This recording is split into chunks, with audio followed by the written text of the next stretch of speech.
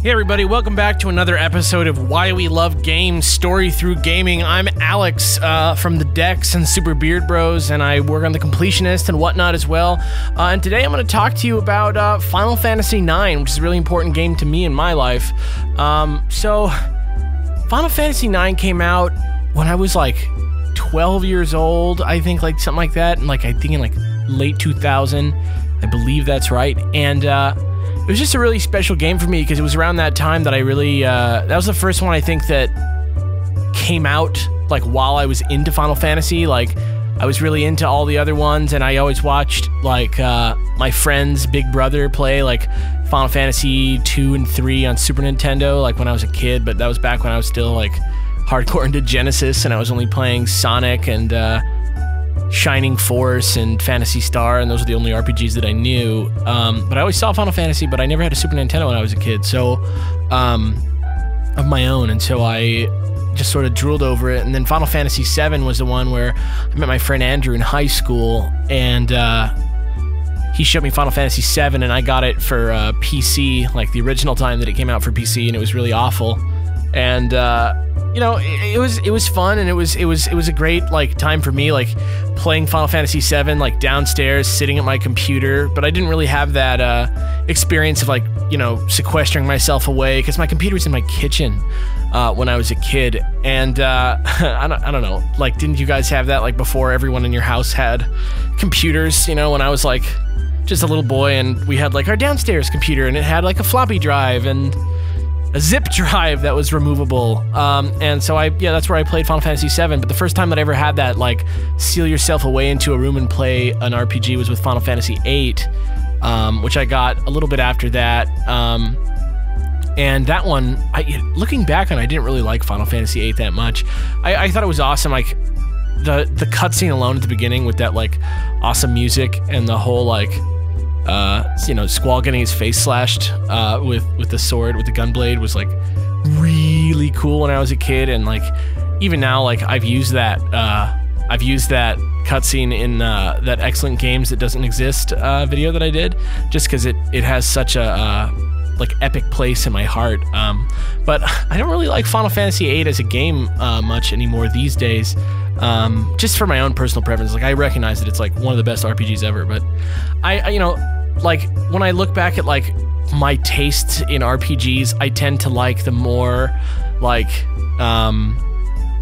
you know, traditional looking, like, you know, somewhat medieval, somewhat steampunky ones, whereas Final Fantasy VII and VIII were more, like, dark, modern, sci-fi, futuristic. Final Fantasy VIII was, like, very, like, anime-y, like, it had, like, this, like, sort of, like, really, like, ornate look to it with these, like, really, like, pretty, like, supermodel characters. And so I crushed that game, though. The junctioning system, I, like, dealt with it. I was, like, invincible going into the final fight. Like, all my dudes were, like, floating, you know, reflecting, doing Ultima, like, 4 times each, like, on the boss or whatever. I don't remember exactly. I haven't played that one in a while because I didn't really like it that much. But by the time Final Fantasy IX came out, I was, like, ravenous for it, and I remember going down to the game store and buying it and, like, feeling the weight of it in my hands, because it, you know, I miss, like, knowing a game was an RPG by, like, holding it and feeling how heavy it was with all the extra discs.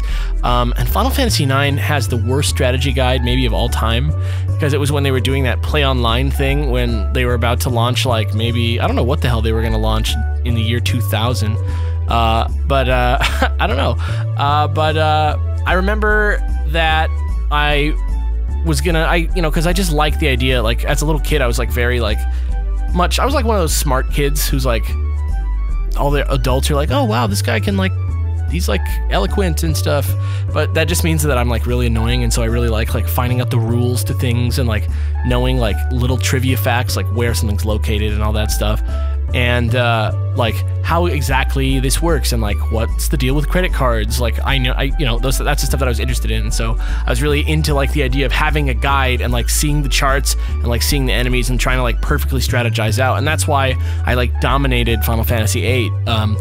But I bought the Final Fantasy IX guide, and it's, like, it was really frustrating because the internet is, like, nothing like what we have now, right? Like, this was, like, you know, 15 years ago, so internet was so slow. I don't even know if I had high-speed internet at that time. I might have still been on 56K or something like that with a modem where I had to dial up like.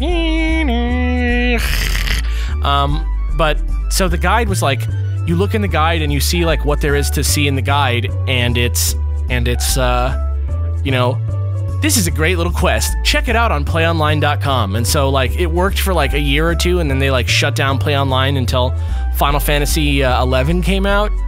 And so like after a while, like you couldn't even go look at the Final Fantasy 9 online guide stuff. So it's just like a useless, like overblown size instruction manual. So I'll never forget that. But I am rambling because the real story that I want to tell you is like a bizarre coincidence. And so it's a reason why I associate Final Fantasy 9 with a few specific things.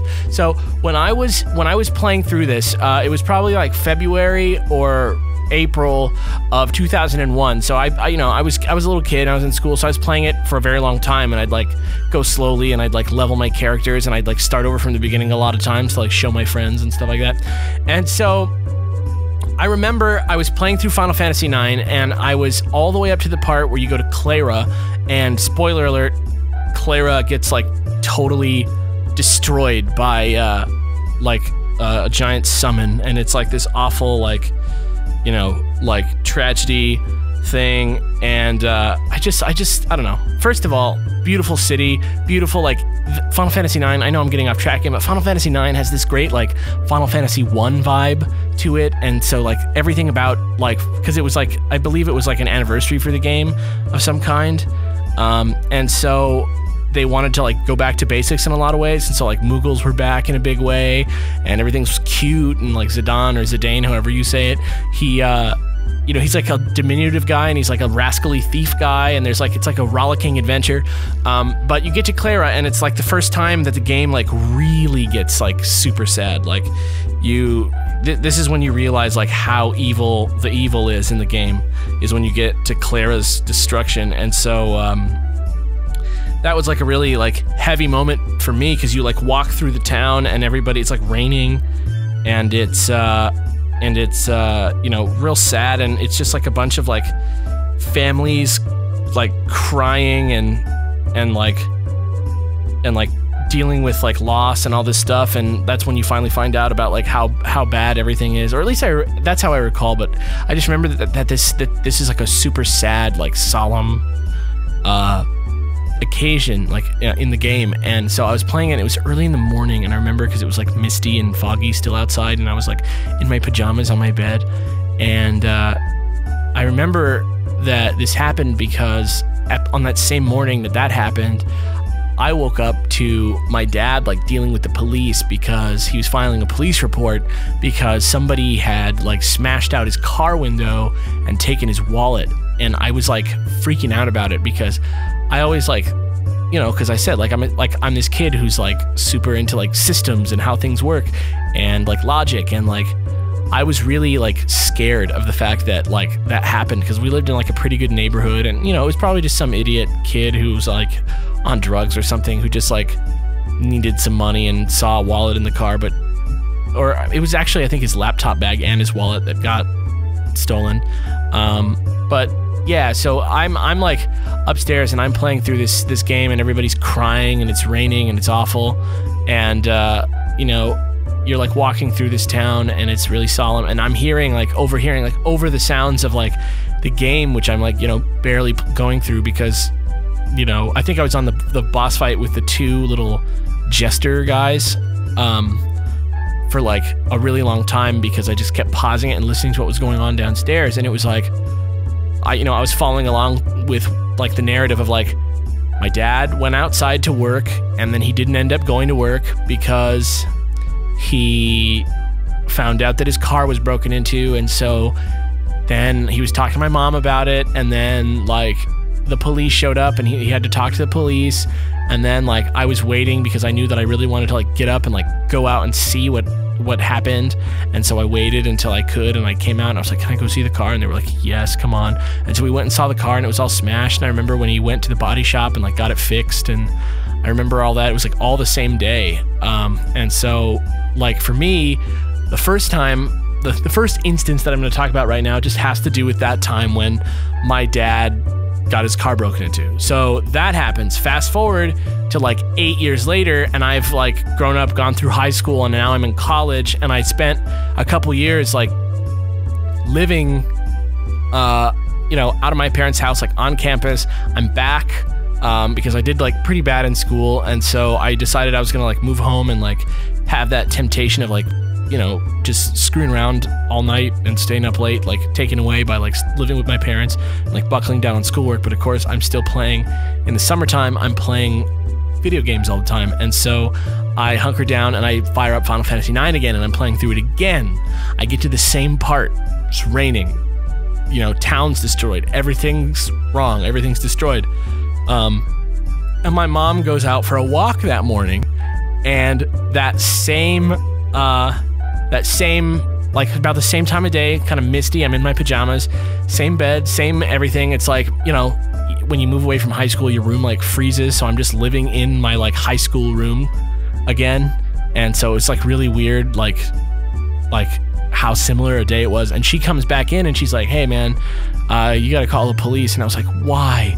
And it was because my car window got broken into, and somebody went into my console and opened it up and found my iPod in there and stole my iPod. And so it was this bizarre like mirror image. So like I'm on the same fight. I'm fighting the jesters in that town. It's just a small, simple fight, and I'm now like pausing to go talk to the police, and I'm the one talking about like what I should be doing, and I'm the one making the appointment to get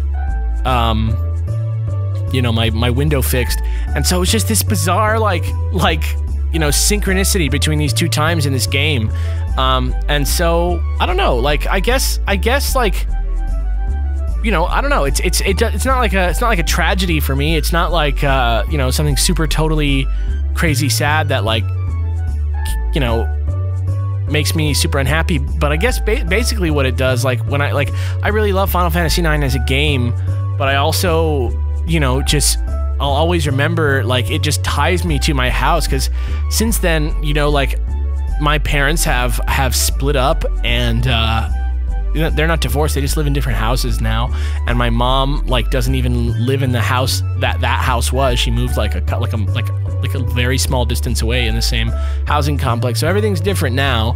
But you know, maybe I'll go back and play Final Fantasy IX again now as an adult, because it'll, you know, just tie those experiences together. Just like with me being, you know, a high schooler living, you know, in my like young person's version of myself's room, and me as a young kid hearing my dad talk to the cops. But hopefully this time when I play it, I don't have to talk to the cops about something else. Yeah, I don't know. That's my little Final Fantasy IX story. I think Final Fantasy IX is the best Final Fantasy. Come at me, haters. Let's give Final Fantasy IX some love. Let's try and get it remade somehow. I love the game, and I will never be able to separate it in my mind from those two times that somebody broke into my car while Clara got destroyed. So thanks for watching this episode of Why We Love Games, and I'll see you guys later. Bye.